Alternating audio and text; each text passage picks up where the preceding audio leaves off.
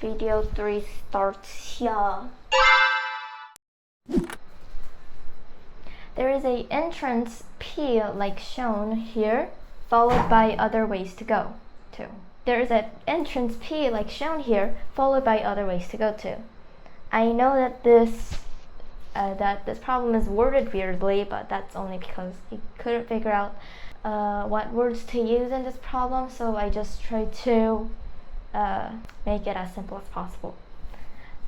So when you put a ball into P, the entrance, find the probability that the ball will come out of exit A, which is over here. Exit A. And of course the probability of the ball going to two different ways is the same. So what I mean by this is, so if we have a ball over here, the probability that it will drop down to here is the same as dropping down to here. So now how do I solve this problem? There are many different ways, but this is how I like to solve it easily. So first, I'm going to use a different colored marker, and let's try 100, because 100 will not work. I know that, because 100 is not 2 to the power of anything. So let's try it. So if we have 100 at the top, so it's basically like if we have 100 here, and since the probability that the ball will go into two different ways is the same, we're going to divide by 2 each time. So the probability of the ball dropping down here will be 50. So basically if we drop down 100 balls into the entrance P, then in this question 50 of the balls will drop down to this part, and the other 50 will drop down to this part, and now 25 will drop down to here, and 25 and 25, so that makes 50. 25 from here, 25 from here, so it's 50.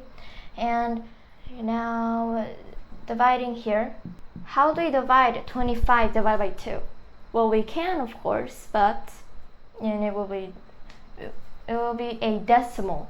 So that we don't like decimals, so it makes us struggle with everything, and that's why we have to use a number that is 2 to the power of something. For example, 16 would be great for this question.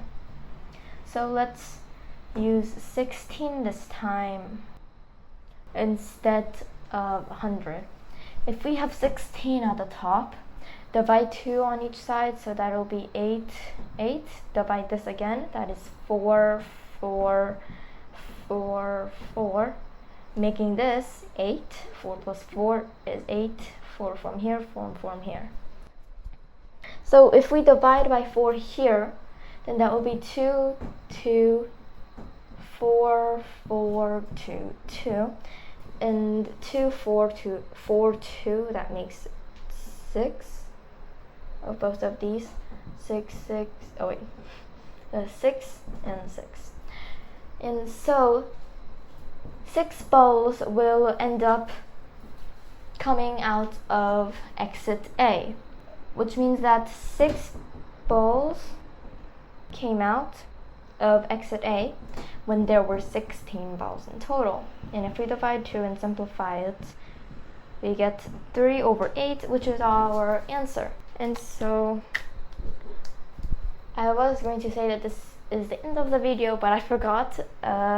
I was going to solve another problem, a very similar one, except we have another set of pathways. So I will erase what I wrote and add on to this.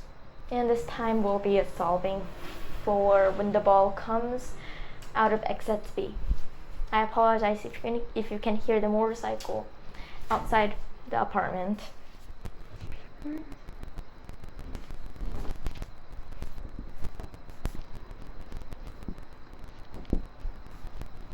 Okay, so now I have written the second problem that I was supposed to solve, and so all I changed was it comes out of exit B, and I added another set ways to go to.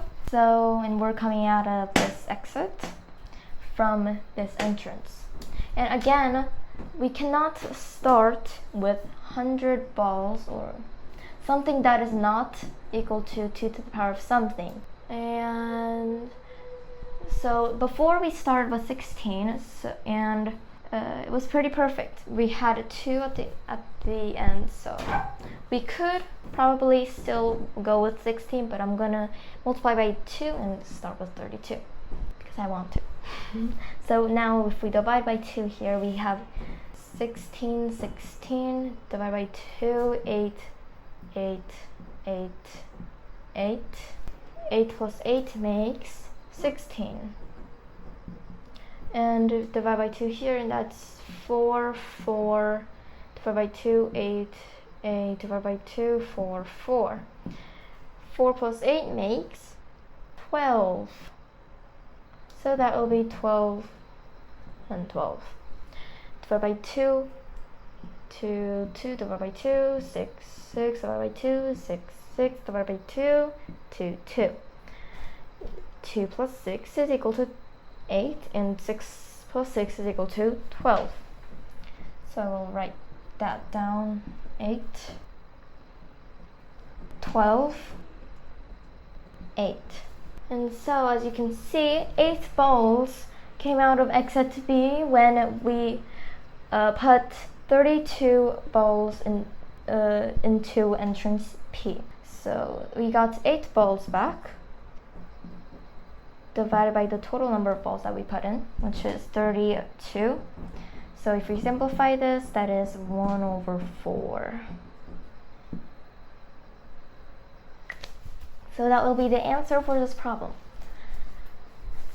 Thank you for watching, everyone, and have a great day. Bye.